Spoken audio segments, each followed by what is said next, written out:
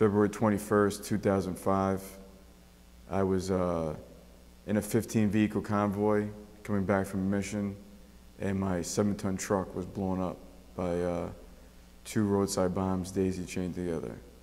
I was ejected out of the back of the vehicle, and one of my very close friends who was in the turret passed away.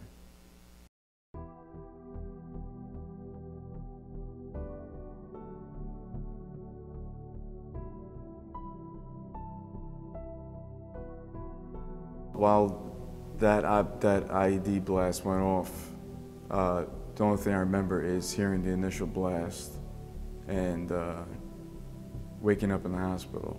I was knocked out, unconscious for a long period of time. As far as I remember, it's just hearing the blast and recounts of Marines that I had in the vehicle in front of me, in the convoy, and behind me. Just recounted exactly what happened. Other than that, I don't remember.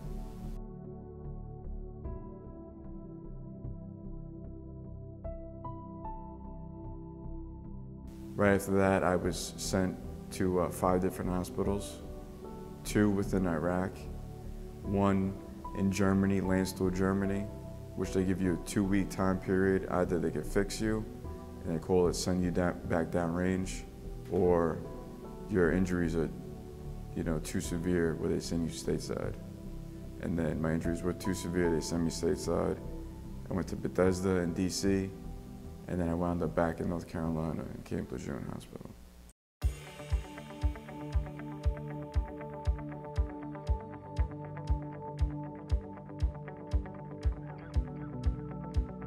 So when I found out there was a Marine unit out of Garden City, New York, deploying to Iraq from May 2008 to 2009 for a year deployment, at that point, I felt that I wanted to continue to serve my country after multiple people doubted me, and doctors and other people saying, that it was just, I was unable to do it.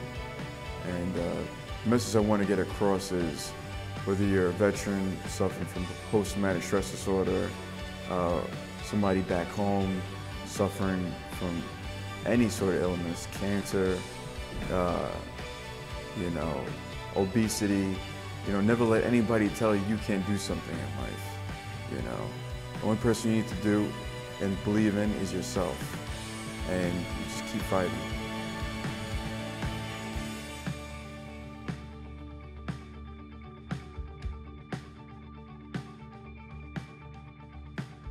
Well, one of the trainers at Team Extreme in Ronkonkoma, we run fitness and boot camp style classes, so it's right up my alley. There's a lot of positive energy in here. There's clients who've been coming here since this facility first opened in 2010 up until now, and just hearing some of their stories, or just seeing for that hour duration they're here, how much they give it, even though they say they can't. We motivate them to believe that they can, and they walk out of here drenched in sweat and feeling good about themselves, and they keep coming back.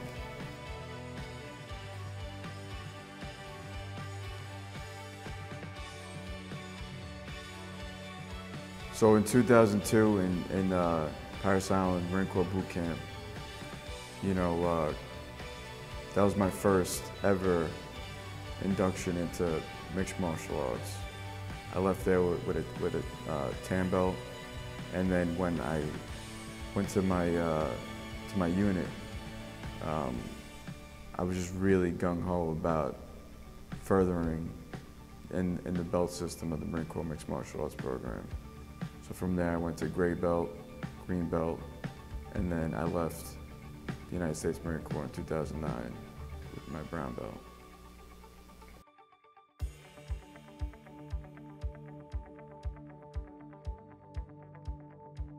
Marines are notorious for being the first ones in, the last ones out.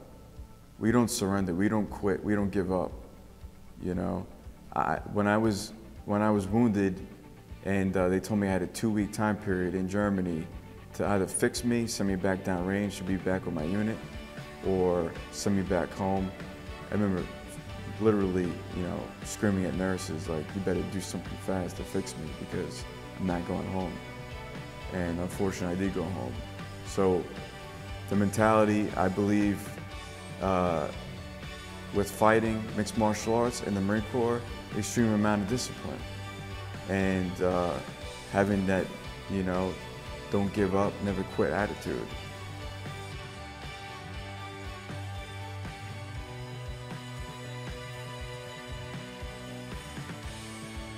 My name is Ralphie Febus. I'm a United States Marine Corps veteran, Iraq veteran, Purple Heart recipient, and I'm looking forward to competing in my first amateur mixed martial arts tournament with Platinum Gloves.